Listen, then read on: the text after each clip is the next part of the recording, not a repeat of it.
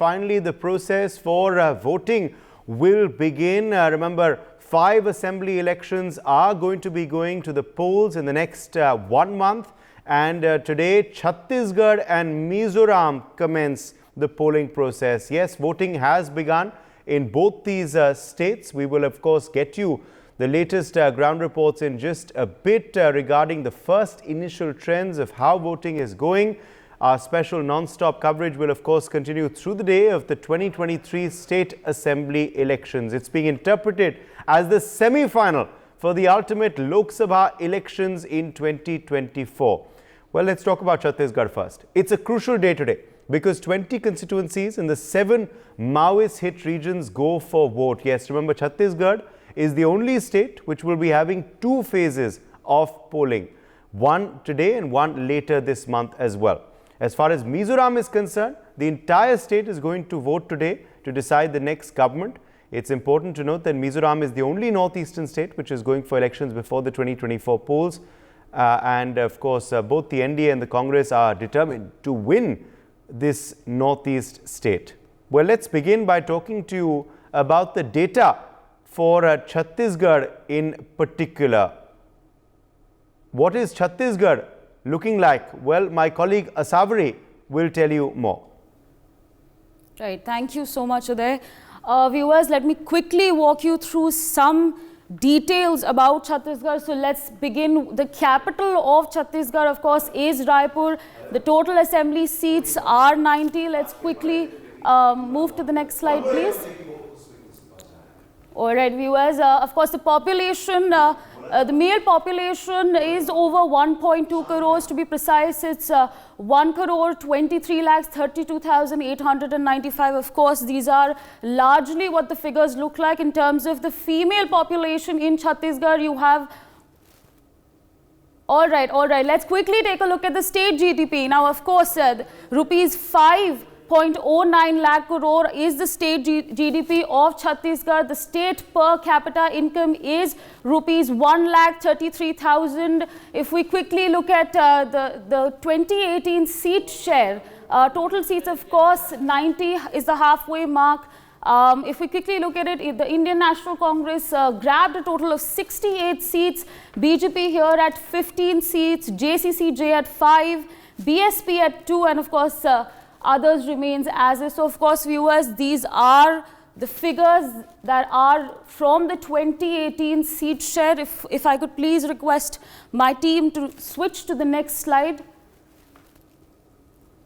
All right, there we have it. The 2018 vote share, of course, BJP right here at 33%, the Indian National Congress at 43%, you have JCCJ at 7.6%, BSP at 3.9% and others at 2%. Of course, viewers, this is the 2018 vote share. Total number of votes were flashing right there, and this is the 2018 vote share. Could I please... Right, absolutely. Now, here we have a comparison between the assembly polls in 2013 and the assembly polls in 2018. So, in 2013, what we saw was that the Indian National Congress grabbed a total of 39 seats, BJP 49 seats with a majority, JCC nothing, so to speak, BSP 1, others 1. And in 2018, in fact, what we saw was that the Indian National Congress grabbed a total of 68 seats, leaving BJP with 15 seats, JCCJ with 5, BSP 2. Of course, viewers, this is the comparison between the assembly polls that took place in 2013 vis-a-vis 2018. If we could please move on to the next slide. All right, here we have the 2018 region-wise seat share. This is from North Chhattisgarh. Total seats were 11. If we look at how things panned out, the Indian National Congress, in fact, grabbed all the 11 seats in the north of Chhattisgarh. Of course, this is the 2018 region-wide seat share. Quickly moving on to the central Chhattisgarh 2018 region-wide seat share, a total of 67 seats. Indian National Congress here at 46 seats, grabbing 46 seats. BJP grabbed a total of 14 seats. JCC secured 5 seats and BSP over here 2 seats. Of course, the 2018 region-wide seat share Right, of course. Now we have South Chhattisgarh, a total of 12 seats, out of which the Indian National Congress secured a total of 11 seats, leaving BJP to grab 1 seat. So this is from South Chhattisgarh, the 2018 region-wise seat share from South Chhattisgarh, here with a total of 12 seats. Absolutely, this is the data from 2018, going back to Uday. All right, that was of course a Savri giving you a bit of history about the Chhattisgarh Vidhan Sabha. Remember, Chhattisgarh is seeing a first phase of polling today, but we're getting breaking updates already coming in this morning on the polling process.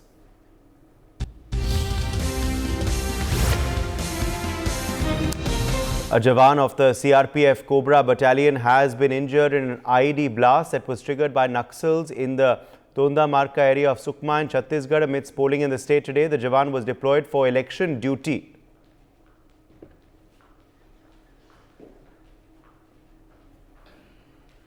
Deepak Vishwakarma is joining us with the very latest on this story. Deepak, a blast being triggered by Naxals today amidst the polling process. Where did this incident take place, and what is the health update of this Jawan, Deepak? देखिए, सुकमा की ये घटना है और सुकमा में कुछ देर पहले एक जवान जो तैनात था वहां पर एक घटना हुई। घटना में एक जवान कोबरा बटालियन का था जो सीआरपीएफ का, वो घायल हो गया है। और ये कोई पहली घटना नहीं है, इससे पहले भी इस तरह की तमाम घटनाएं होती है, लेकिन सुबह सुबह तड़के ही एक आईडी ब्लास्ट रेक्टिफाई होता है और उसके बाद वो ब्लास्ट के बाद वो जवान घायल हो गया। फिलहाल जवान की स्थिति है वो स्थिर बनी हुई है, उसको जिला अस्पताल है जो पास का वहाँ उसको भेज दिया गया है। और जो सुकमा, बीजापुर, दंतेवाड़ा, कोंटा, नारायणपुर जो ये इलाके हैं, ये इलाके बहुत ज़्यादा संवेदनशील है। यहाँ पहुंच मार्ग नहीं है, यहाँ पर आप नॉर्मल नहीं जा सकते, आप गाड़ियों से भी जाना मुश्किल है। तो तमाम जो मतदान कल हैं, मतदान कर्मी हैं और तमाम जो उनके साथ जवान हैं, उनको हेलीकॉप्टर के माध्यम से भेजा जाता है। ऐसे 146 बूथ हैं उन गांवों में जहां पर मतदान कर्मियों को भेजा गया है और हेलीकॉप्टर के माध्यम से भेजा गया है। इसीलिए जो 7 से 3 का समय रखा जाता है वो इसीलिए रखा जाता है कि सकुशल सबको भेज भी दिया जाए और उसके बाद वापस भी ले लिया जाए, क्योंकि बहुत महत्वपूर्ण छत्तीसगढ़ का जो बस्तर का इलाका है, जिन सीटों का मैं आपसे जिक्र कर रहा हूं, ये वो सीटें हैं कि आपने भेज तो दिया, उसके बाद आपको वापस भी लाना है। और वापस कब लाना है? सूरज ढलने से पहले, क्योंकि हेलीकॉप्टर की उड़ने की परिस्थिति क्या है, वहाँ वेदर कभी भी खराब हो जाता है, घने घने जंगल हैं। तो इन तमाम चीज़ों को देखते हुए समय से ले जाना और समय से वापस लाना, ये सबसे पहली प्रायोरिटी रहती है। क्योंकि हमने तमाम बार ऐसी घटनाएं भी देखी हैं कि मतपेटी लूट ली गई, गाड़ियों में आग लगा दी गई, वापस जो आ रहे थे उनको घेर लिया गया। इस वजह से जो समय है, समय का खासा ध्यान रखते हुए आप 7 बजे से 3 बजे तक वहां मतदान कराया जाता है और जो मैदानी इलाके हैं वहां 8 बजे से 5 बजे तक का समय रखा जाता है। जिन जगहों का मैं जिक्र कर रहा हूं वो नारायणपुर है, वो सुकमा है। जिस घटना का भी आप जिक्र कर रहे थे वो सुकमा है। सुकमा का टोडे कोरमा जो गांव है वहां पर एक जवान कोबरा बटालियन का जो सीआरपीएफ का था वो घायल हो गया है। कल रात में एक खबर आई कि नारायणपुर और कांकेर, इन दोनों जगह जो मतदान कर्मियों को छोड़ने जवान गए थे वो आईडी ब्लास्ट की चपेट में आ गए और चपेट में आने के बाद वो घायल हो गए। 5 तारीख की ये घटना आई कि जो नारायणपुर का इलाका है वहां पर भारतीय जनता पार्टी का एक उपाध्यक्ष था जिला का, जिसकी नक्सलियों ने माथे पर गोली मार के हत्या कर दी गई। तो इस तरह की घटनाएं बस्तर में आम है। और सबसे महत्वपूर्ण बात यह है कि जब नक्सली मारते हैं या तो गला रेत देते हैं कि ऑन द स्पॉट डेड हो जाए, या तो माथे पे गोली मारते हैं और कोई जगह नहीं छोड़ते, क्योंकि उनका जो टेक्निक है वो यही है मारने का। वो इस तरीके से मारते हैं कि कोई सबूत भी ना बचे और जो देखे वो डर जाए। क्योंकि जब नक्सलियों द्वारा जन अदालत लगाई जाती है तो उस जन अदालत में इसी तरीके से सजा दी जाती है। आपको बताऊं मैं तो जो गांव में बाजार और इस वजह से शायद छत्तीसगढ़ में 2 चरणों में मतदान हो रहा है, ताकि ज्यादा से ज्यादा सुरक्षा हो ऑन ग्राउंड और ये जो नक्सलियों के जो इरादे हैं वो सफल ना हो। आगे हम बढ़ रहे हैं, कुछ और इस वक्त बड़ी खबरें आ रही हैं। मिजोरम के मुख्यमंत्री ने भी वोट डाला है। Mizoram CM and MNF President Zoramthanga has arrived at the polling station under Aizawl North 2 constituency. Well, we are learning though that he could not cast a vote there because the machine was not working. He said he will visit his constituency and vote after the morning meeting. The CM also showed confidence that there will be no hung assembly and the MNF will form the government. So the Mizoram Chief Minister speaking there, technical glitch caused him not to be able to vote this morning, but he said he will come back, and after a meeting in the morning he will vote.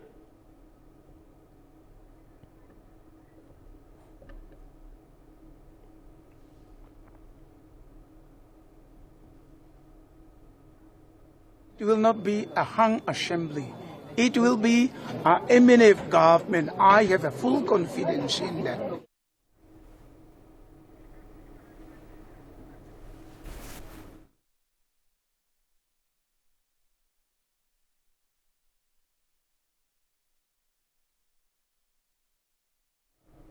Still live with us, of course, we are though talking about the Mizoram Chief Minister's story. Mizoram Chief Minister, of course, casting his vote there. Zoramthanga arriving at the polling booth there and attempting to cast his vote. But remember, as we've told you earlier, it was a technical glitch that prevented him. He has expressed confidence that his party will return to power in Mizoram. He said the MNF will form government once again. Okay, let's shift our focus back to Chhattisgarh.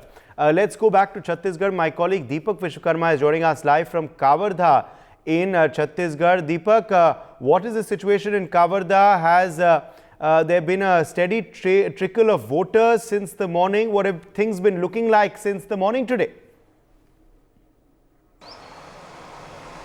जी बिल्कुल, देखिए यहाँ जो मतदान होना है वो 8 बजे से होना है, लेकिन 7 बजे से ही लोगों का हुजूम है वो आना शुरू हो गया। कुछ देर पहले यदि आप मुझे मौका देते तो जो पहली वोटर थी जो यहाँ पहुँची थी उनसे आपको रूबरू कराते, उनसे अपने दर्शकों को रूबरू कराते, क्योंकि सबसे महत्वपूर्ण बात यह है कि जो मेरे बाईं और ये जो एरिया है यहाँ बैठने की व्यवस्था की गई थी और 7 बजे से मतदान 8 बजे होना था, लेकिन 7 बजे से ही व्यवस्था कर ली गई थी। और 7 बजे से जो महिलाएं आई थी उनसे जब पूछा गया तो उन्होंने कहा साहब रोजी की बात है इसलिए हम अभी आ गए और मतदान डाल के सीधा अपने काम पर जाएंगे। तो सबसे महत्वपूर्ण बात है ये देखिए, ये लंबी लाइन है और इस लंबी लाइन में तमाम लोग पहुंचे हैं। किस आधार पर वोट होगा? काम के आधार पर या जो दूसरे आधार यहाँ चल रहे? काम के आधार पर, जो काम किया अच्छा उसी को देंगे, उसको मौका देंगे। हाँ। दादा, किस आधार पर वोट होगा? काम के आधार पर कि जो यहाँ चल रहा है सांप्रदायिकवाद उस पर? क्या सर, नहीं समझा। किस आधार पर वोट डालोगे? क्या सोच के आए हो वोट डालने? जो राष्ट्र का निर्माण करेगा उसके बाद। राष्ट्र का निर्माण करेगा, कौन कर रहा है? जो समय बताया। देखिए समय बताइए, ये जो टेक्निकल चीजें होती है ये कई बार मतदाता जिक्र करते हैं। प्रत्याशी चेंज करना है। प्रत्याशी चेंज करना है। हाँ। देखिए बड़ी बात कह दी, प्रत्याशी चेंज करना है मतलब जो मौजूदा कांग्रेस के मंत्री हैं उनको ही बदलना है। कुछ और लोग हैं उनसे बात कर लेते हैं। किसको किसको इस बार किसके नाम पे वोट डालेगा? काम के आधार पर कि किसके आधार पर? काम के आधार पर। काम आप बोल रही थी, आप बताइए। नहीं, काम के आधार पर ही वोट दिया जाएगा। काम के आधार पर वोट दिया जाएगा, बहुत शानदार। किसके आधार पर वोट होगा आज? नहीं, कुछ नहीं है। ये देखिए कुछ लोग जो शर्मा जाते हैं ना कैमरे पे, वो हंसी एकदम अलग होती है कि अब नहीं बोलना है। दादा, किसके आधार पर? काम के आधार पर जो हिंदू मुस्लिम चल रहा है उसके आधार पर? काम से मतलब है अपनों को। काम से मतलब है? हिंदू मुस्लिम से हम लोग कोई ताल्लुक, कोई मतलब नहीं, लेकिन यहाँ बहुत हो रहा था इसलिए हमने कहा पूछ ले। उसको नहीं जानते भाई।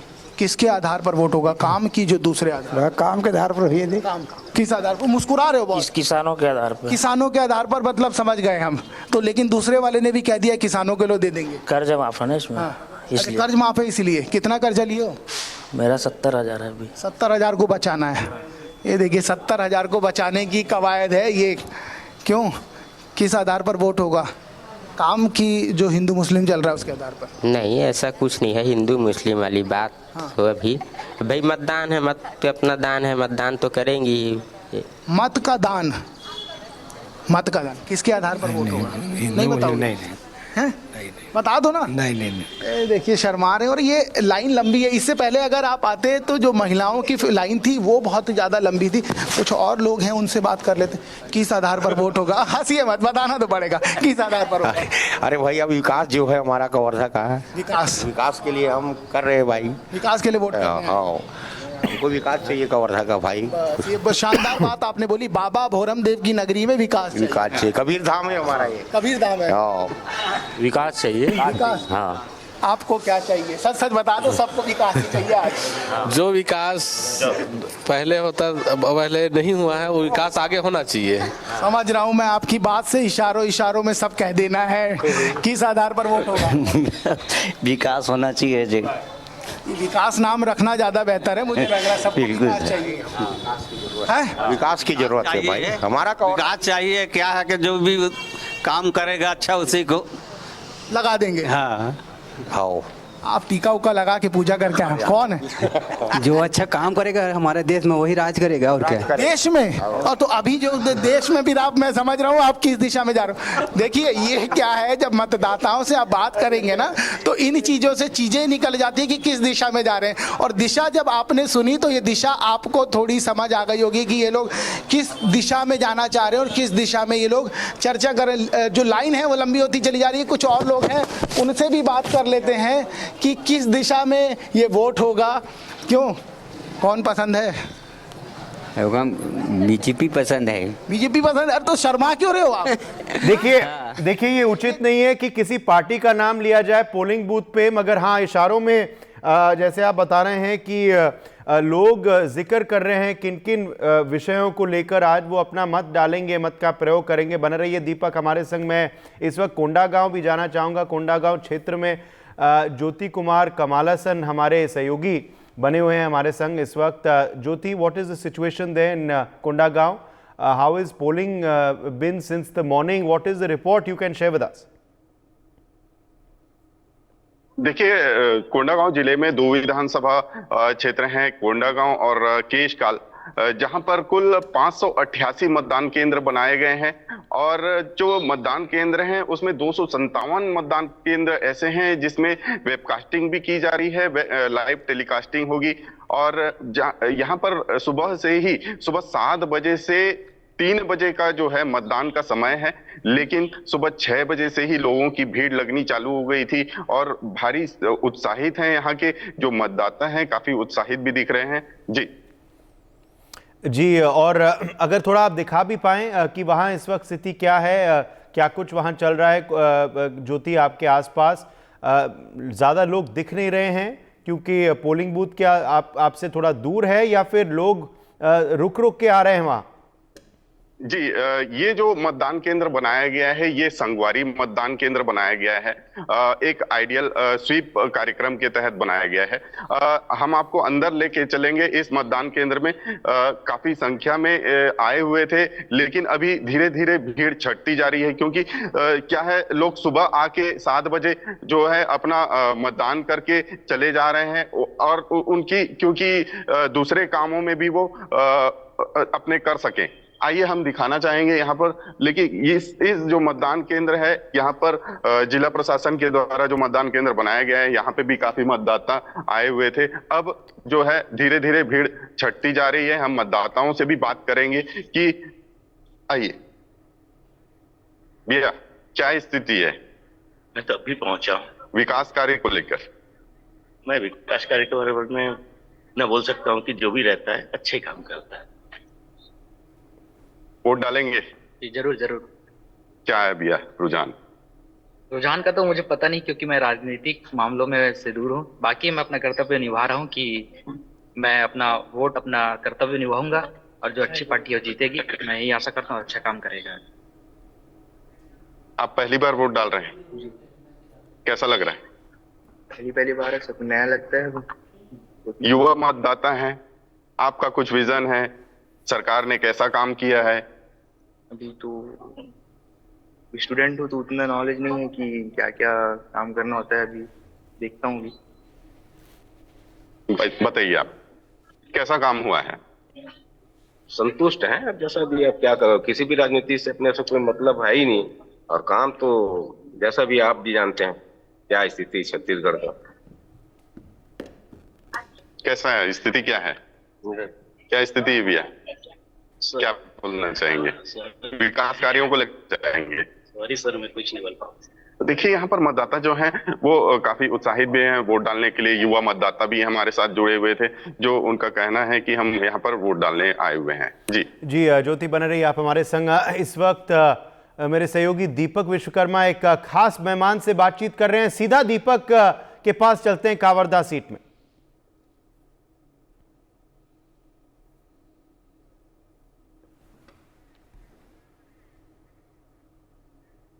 Can we play out that special interview?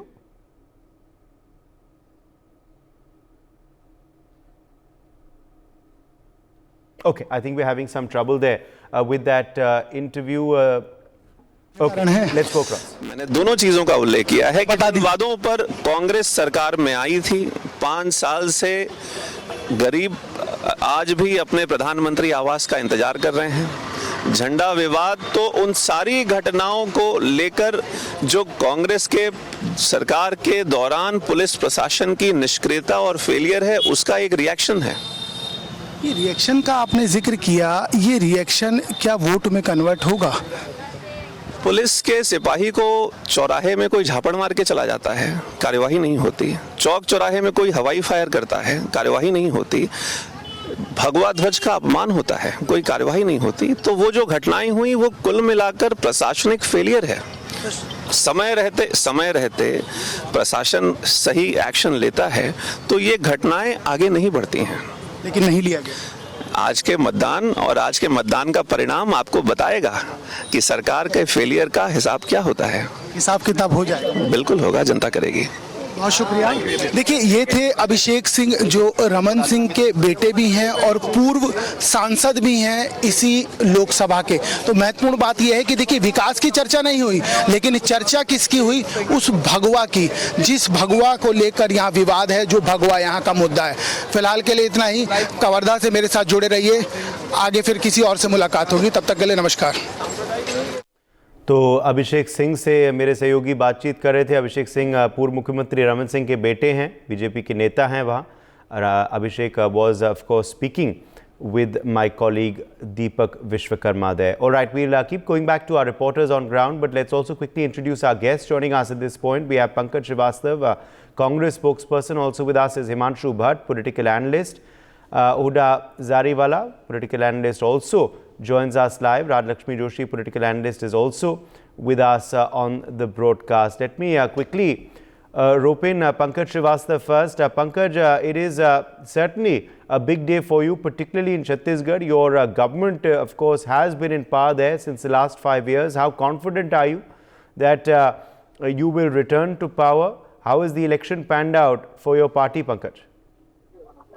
Totally confident. मतलब हमें कोई जरा सा भी संदेह नहीं है कि पिछली बार जैसी ही सफलता मिलेगी छत्तीसगढ़ में। छत्तीसगढ़ में कांग्रेस की भूपेश बघेल सरकार ने जो काम किए हैं वो काम बहुत नजर आ रहे हैं। खासतौर पर किसानों को लेकर काम किए हैं, या अभी जिस तरह की पीजी तक की शिक्षा को गारंटी दी जा रही है।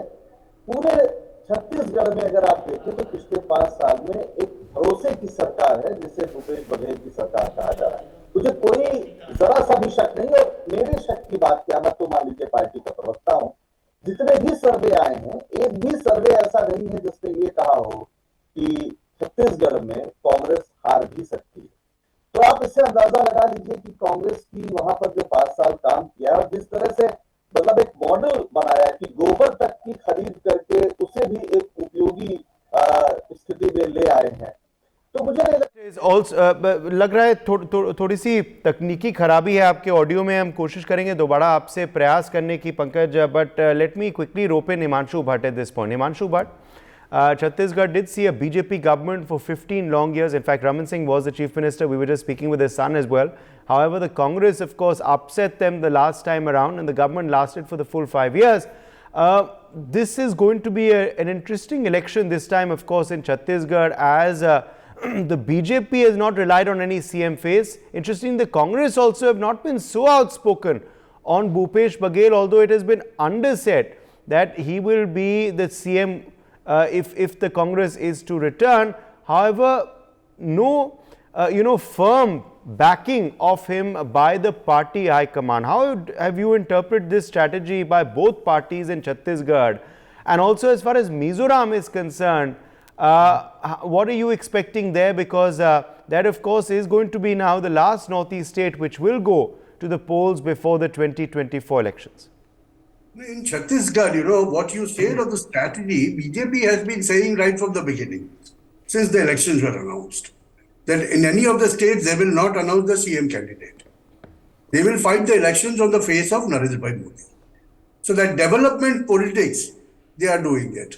See, Raman Singh had a rule of 15 years for BJP, and then the anti-incumbency became his downfall. For 5 years, Bhupesh Baghel ruled. I wouldn't say his rule was bad. But in the last 7 days, what has happened? Everything and anything, both parties will say, both sides will keep on saying, he did this, he did that. All those things apart. But when a public who are going to vote see a load of cash being, seized from someone, and someone on a video comes out and says certain things, that can have a lot of effect on the general public. See, people are not talking. As you see, your samples of, Naxal infested areas. People are scared. They are not talking. They will say, I won't say anything, but I'll cast my vote. Chhattisgarh saw 75% voting. See, there is no issue of, people were asking, Hindu-Muslim, there is no issue of Hindu-Muslim there. Because the Muslim population is just 2.9% there in Chhattisgarh. There the issues are a little different. It's Naxal infected areas. And I was telling yesterday also, I think it was winning, and I had very clearly said, those inner villages of this, Naxal infested areas, 6 to 8 constituencies, where I would like to see what is the percentage of voting there.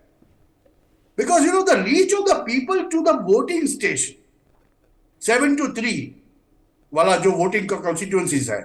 Those constituencies, and last time around it was 43 to 33 due to certain reasons.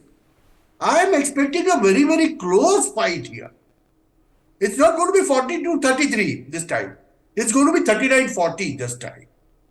So Chhattisgarh is going to be very interesting. And how this, this perception or how this ED raids by the center, and, seizing 5+ crore rupees in cash is a big thing. See, Congress will always say, opposition will always say, nationally, that they are misusing ED and this and that, But what about finding cash? See, this case, if proven, they have a video evidence, that is what the ED says, they are verifying things. It's all right. But if this happens, it's very certain, irrespective of the election results. The CM, at present, the CM of Chhattisgarh will go to jail. See, this is what the situation is right now. And so I'm expecting a very interesting thing. Okay. Huda Zariwala respond to that. Huda Zariwala respond to that, that the ED raids, the cash seizures and the security issue will be the biggest poll planks, believes Himanshu Bhatt. Your response? Huda Zariwala? Okay, I think she's not being able to hear me just yet, but Radhakshmi Joshi is also there with us. Radhakshmi, can you hear me? Yes, today. Radhakshmi, what is going to be the biggest issue according to you in Mizoram today? Okay. In Mizoram, Uday, there is this huge sensitivity about the Mizo factor. So in Mizoram, as in all the northeastern states, they were all very sensitive, and they're, they're very, obsessed with this identity. So they feel that they have been alienated all these years, and that is the biggest factor. So if you look at all these states, they all are very deeply rooted with their culture, and they are people who keep talking about how their identity needs to be protected. So in Mizoram today, the biggest factor is that Mizo identity.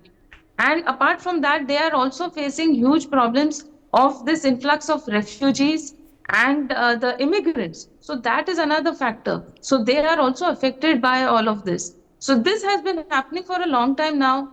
And obviously, so that is why that they have been disgruntled with the Congress, obviously, because the Congress being in power for such a long time has done nothing about this Mizo factor, about taking care of the illegal immigrants and all these refugees and all these issues which have been affecting all the northeastern states, not just Mizoram. So this the issue now coming to now I will deviate a little and say that even the Manipur, whatever has happened in Manipur over the last so many months was avoidable if all these issues of the illegal immigrants, etc., was handled, many years ago by the Congress when they were in power there.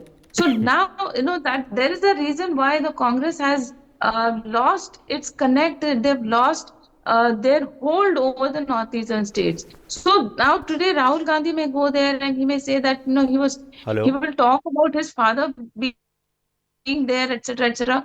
But then why did they not go there all these years? So this thing about being alienated from the rest of the mainland, that is the biggest issue here, Uday. So now today, that is why now if you see that Modi ji has been talking about reconnecting all these northeastern states with the mainland. Unfortunate as it is, it should have been looked at as a very integral part of India, and that in that communication or that connection, whether it may be via infrastructure, whether it may be digital connection, all of that should have happened long ago. So otherwise you wouldn't have had all this militancy or any of those issues. So that actually is the biggest issue here right now. So that is the reason why I see that the Mizo National Front is definitely very strongly in position in Mizoram. And obviously, they have their alliance partners. Okay, we have a special guest joining us now. We have another special guest joining us who I want to go straight across to this morning. We have Charandas Mahant joining us from Chhattisgarh. Charandas Mahant, of course, is Speaker, Chhattisgarh Assembly. Thank you very much for being with us today, Charandas Mahant. How confident are you that Congress party will return to power in Chhattisgarh?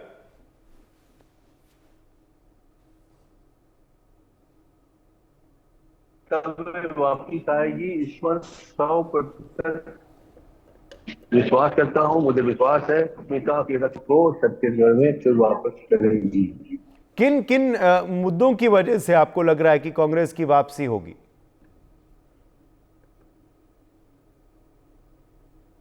हमारा मुद्दा है किसान। हम लोगों ने किसान को पिछले वर्ष 2500 रुपए दिए, आज की तारीख में 2680 रुपए 2640 रुपए दे रहे थे। इस राशि को बढ़ा के हम लोग अगले वर्ष के लिए बंद कर रहे हैं। किसानों की ऋण माफी कर रहे हैं जी, उनके बच्चों को फ्री में शिक्षा देने की बात कर रहे हैं, और जो हमारी बहनों को गैस सिलेंडर में सब्सिडी मिलनी चाहिए थी, जो नहीं मिली, इसके कारण हमने महिलाओं को उनके खाते में 500 रुपए जमा करने का जो बात कहा है हमने, उसे क्षेत्र की जनता ने, आम महिलाओं ने, हमारी बहनों ने बहुत गंभीरता से लिया है, और कर्जा माफी की बात और 3200 रुपए की बात बिल्कुल बूम हो गई है, और इससे किसान हमारे बहुत खुश हैं। ये हमारे लोग इधर कृषि का काम ज्यादा होता है। हमारे यहाँ पिछले साल 8.5 लाख टन मीट्रिक टन से ज्यादा धान उपजाए थे। प्रदेश में इस क्षेत्र की जनता ने सबसे ज्यादा धान उपार्जन हुआ। तो ये सब बातें हैं, आने वाले समय में भी हम लोगों का भविष्य बेहतर होगा, इसलिए कांग्रेस को चुनना जरूरी है। ऐसा हम लोग मान रहे हैं, ऐसा हमको विश्वास है, ऐसा हमको भरोसा है। जी, किसान मुद्दों के अलावा हमने देखा है कि आपकी पार्टी ने काफ़ी चर्चा की है कास्ट मामले पे, कास्ट सर्वे पे। आपकी सरकारें कह रहे हैं कि वो कास्ट सर्वे कराएंगे, चाहे वो छत्तीसगढ़ हो, चाहे वो राजस्थान हो, जहां भी कांग्रेस पार्टी की सरकार बनेगी, आपकी पार्टी कह रही है आप कास्ट सर्वे करवाएंगे। बीजेपी कह रही है ये पोलराइजेशन पॉलिटिक्स है, ये गलत है।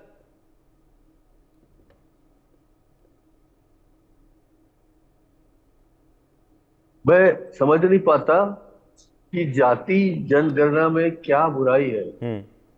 आप हमेशा अपने सामने वाले बच्चे से, बूढ़े से, बराबर उम्र से पूछते हैं कि आपकी जाति क्या है, आपका सरनेम क्या है, आप कहाँ के रहने वाले हैं। तो हमारे यहाँ ओबीसी है, हमारे यहाँ एसटी है, हमारे यहाँ एससी है, हमारे यहाँ ब्राह्मण है, हमारे यहाँ मुस्लिम है, हमारे यहाँ हिंदू है। कितने हैं ये पूछना कौन सा गुनाह? और उसमें भारतीय जनता पार्टी को या नरेंद्र मोदी को, जो कि खुद ही कहते घूम रहे हैं कि मैं ओबीसी हूँ, साहू हूँ, तेली हूँ, तो उसको अपनी जाति बताने में शर्म नहीं आ रही है और पूरा जाति जनगणना कराने में शर्म आ रही है। ये कौन सी बात हुई?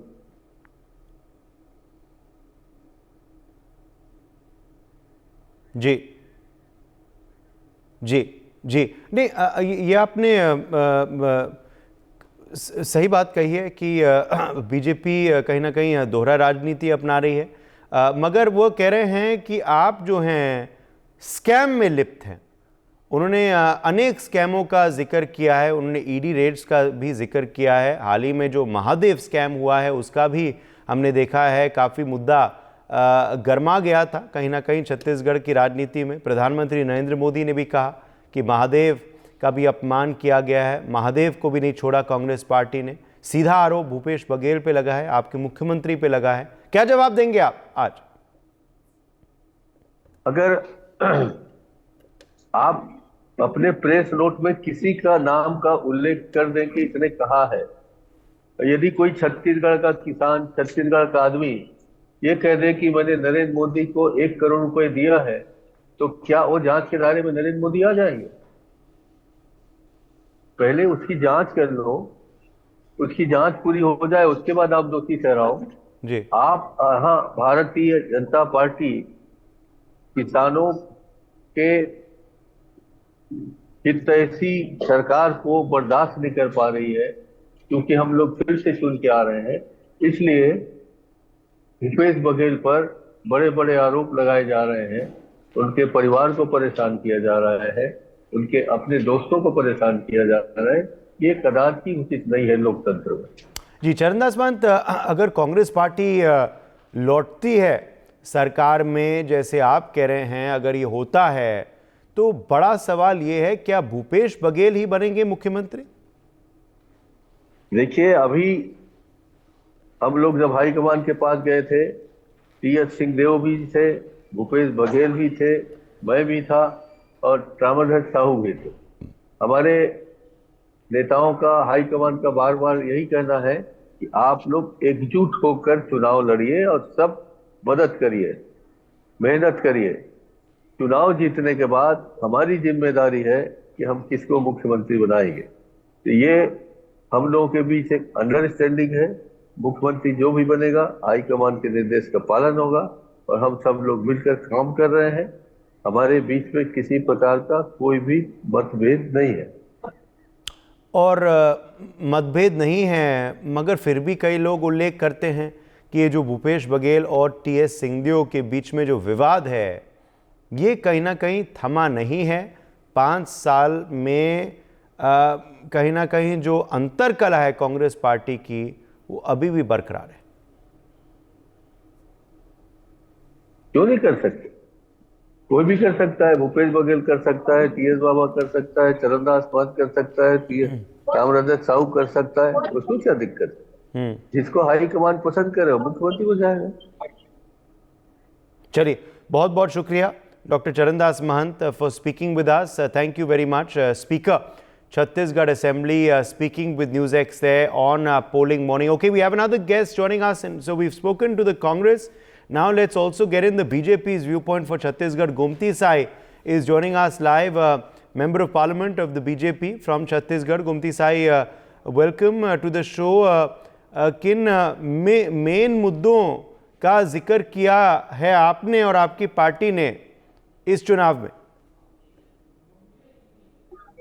देखिए, मैं जब से भारतीय जनता पार्टी का विधायक प्रतिनिधि पत्थलगांव से बनी हूँ, लगातार क्षेत्र में घूम रही हूँ मैं, और मुझे एक चीज यहाँ देखने के लिए मिल रहा है। सांसद बनने के पहले तो मैं घूमती नहीं थी इस क्षेत्र में, लेकिन सांसद बनने के बाद भी कुछ बहुत क्षेत्र में घूमी हूँ। लेकिन अब प्रत्याशी बनने के बाद मैं लगभग 100 गांव घूम चुकी हूँ। जहां भी जा रही हूँ तो मुझे देख के बहुत तकलीफ होता है कि उस गांव के लोग अपना जीवन निर्वहन कैसे करते हैं। लंबे समय से जिन्होंने प्रतिनिधित्व किया इस क्षेत्र का, इस क्षेत्र में विकास नाम का कोई चीज है नहीं। ये पहला प्राथमिकता मेरा प्रमुख मुद्दा है। और ये सीधा सीधा जनता से जुड़ा हुआ है और ग्रामीण लोगों से जुड़ा हुआ है। इसलिए इसको मैं जनता के पास बोल रही हूँ कि सबसे पहले अगर विकास की हम बात करते हैं तो विकास रोड से गुजरती है, लेकिन गांव में रोड तक नहीं है। मैं पहले रोड बनाने के लिए अपना प्रयास करूंगी, यथासंभव हो सके इस क्षेत्र के लोगों के लिए मैं विकास करना चाहती हूँ।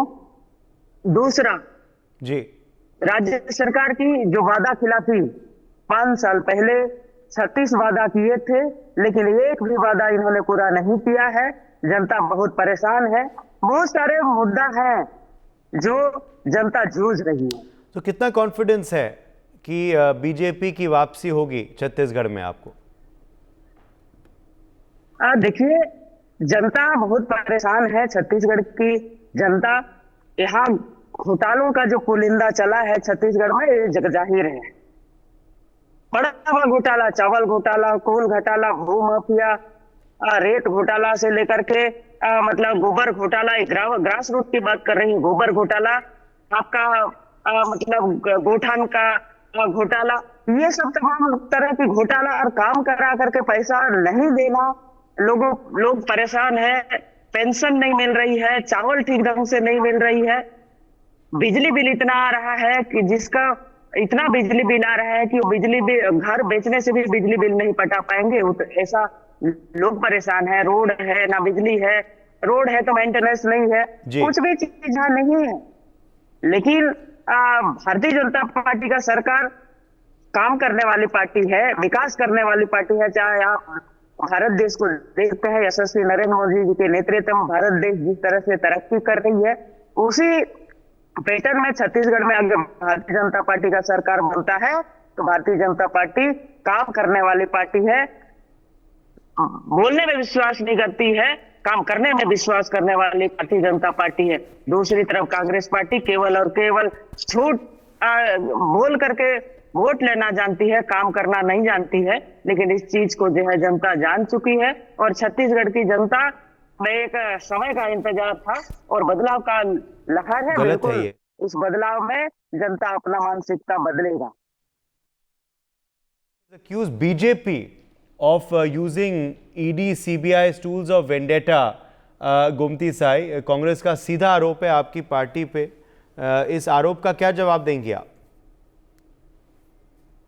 एक उदाहरण मैं के तौर पर शुरू कर रही हूँ। जब फूल फूटता है तो उसका महक अपने आप निकलता है, जब फूल फूटता ही नहीं है तो उसका महक निकलता नहीं है।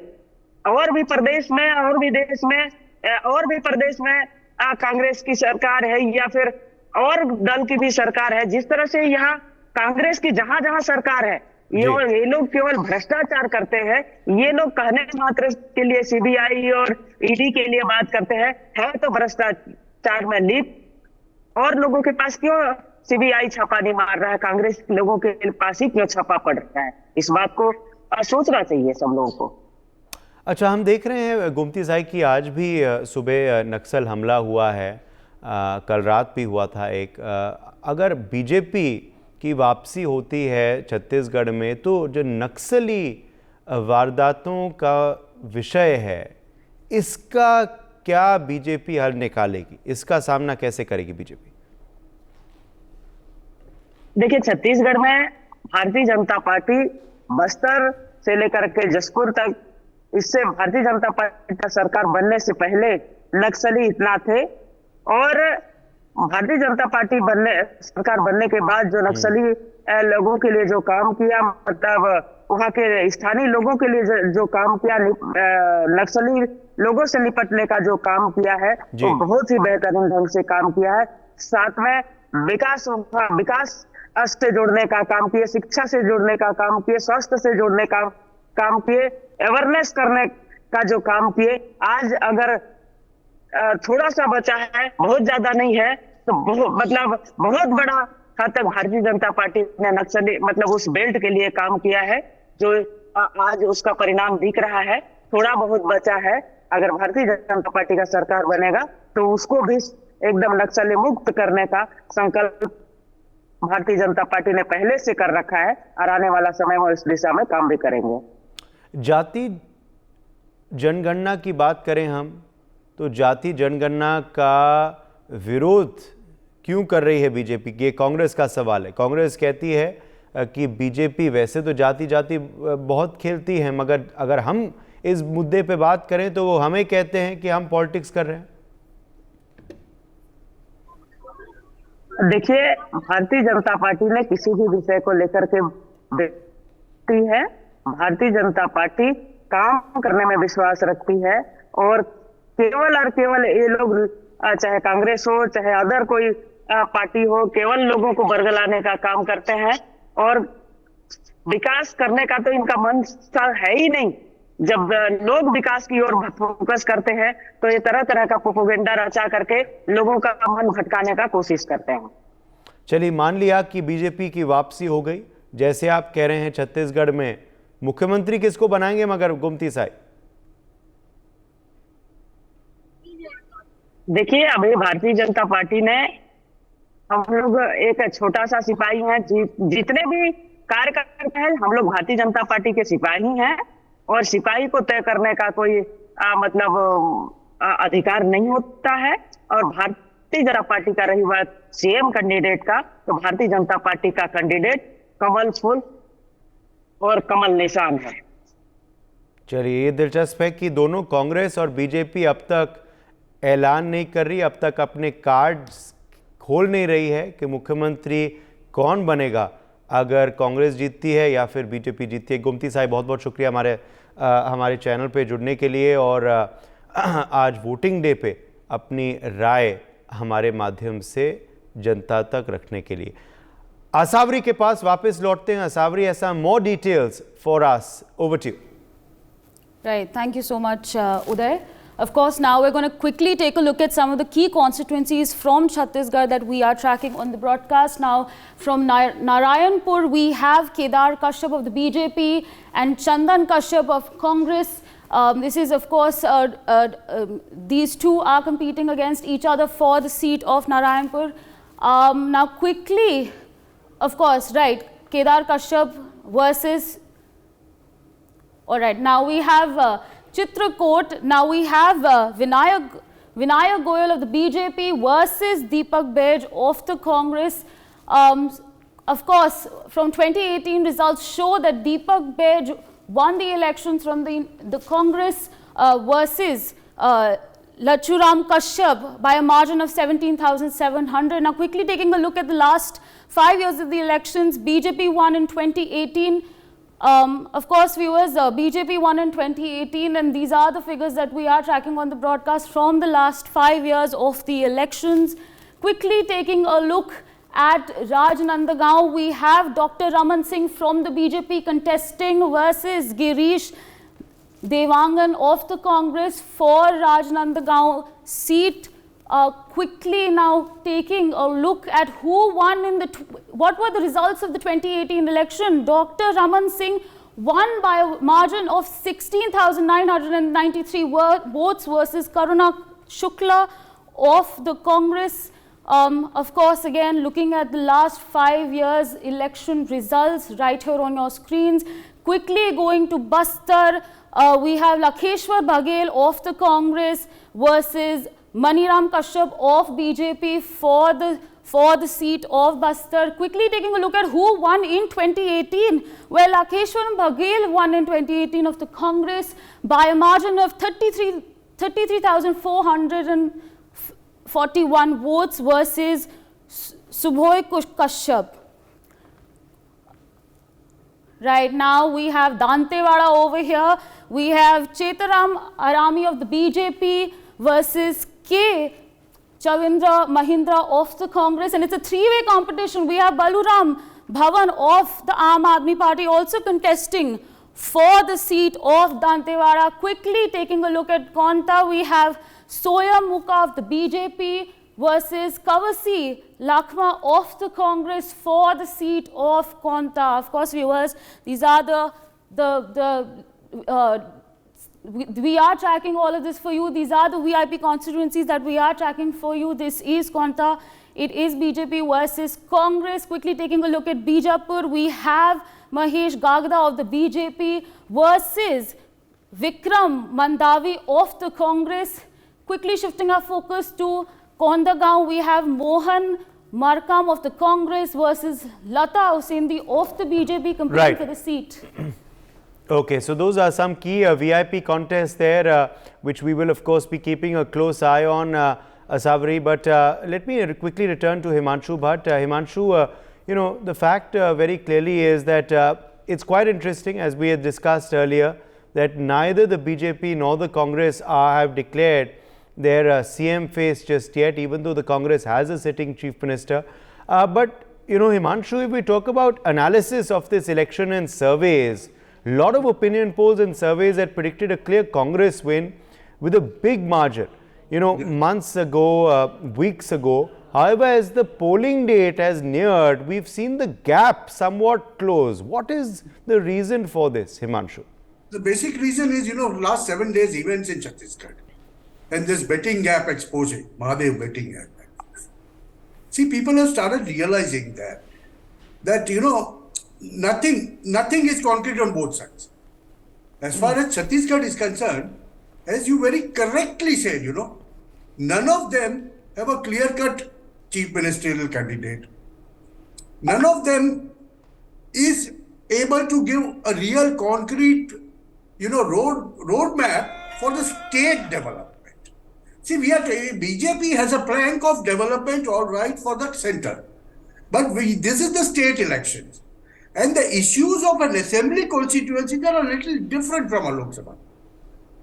So, you know, people are more concentrated and more worried about their local, you know, lifestyle and local, how that can become easy. Now, today, even a BJP MP was, you know, saying that, you know, we don't have roads there. Now, BJP was in power for 15 years. Congress was in power for 5 years. And still there are no roads. So, people are somewhere disenchanted. And that's why, you know, when you ask people, people were very clearly saying that we want development. So the basic development fruits that have reached by and large the entire part of the country, the whole part of the country has not reached in these areas. The reason for that being, you know, Naxalism. Now, BJP MP was talking that we have eradicated. Yes, what has happened in the last 5 years is nothing when compared to the years before. The, you know, incidents of Naxalism and incidents of violence, that has come down, but that's not over yet. That has to be rooted out, and which somewhere down the line, you know, that is hindering. People are still scared. Why is it that the Election Commission also takes care that voting will start at 7 o'clock and end at 3 o'clock at certain places? So what I'm trying to say is, somewhere down the line, this is a state where things are going to be very, very close politically this time because of these factors. As I said, you know, Naxalism is going to play a big part there. There might be some villages, you know, reports will come out after tomorrow or day after tomorrow that we will find, you know, people were not allowed to vote by Naxals. That's going to happen, which happens every time. But still, the overall percentage, which was 75, if it remains the same, I am expecting a very, very close fight this time. Not this huge gap of 43 and 33. For more such videos, subscribe to the NewsX YouTube channel, hit the bell icon.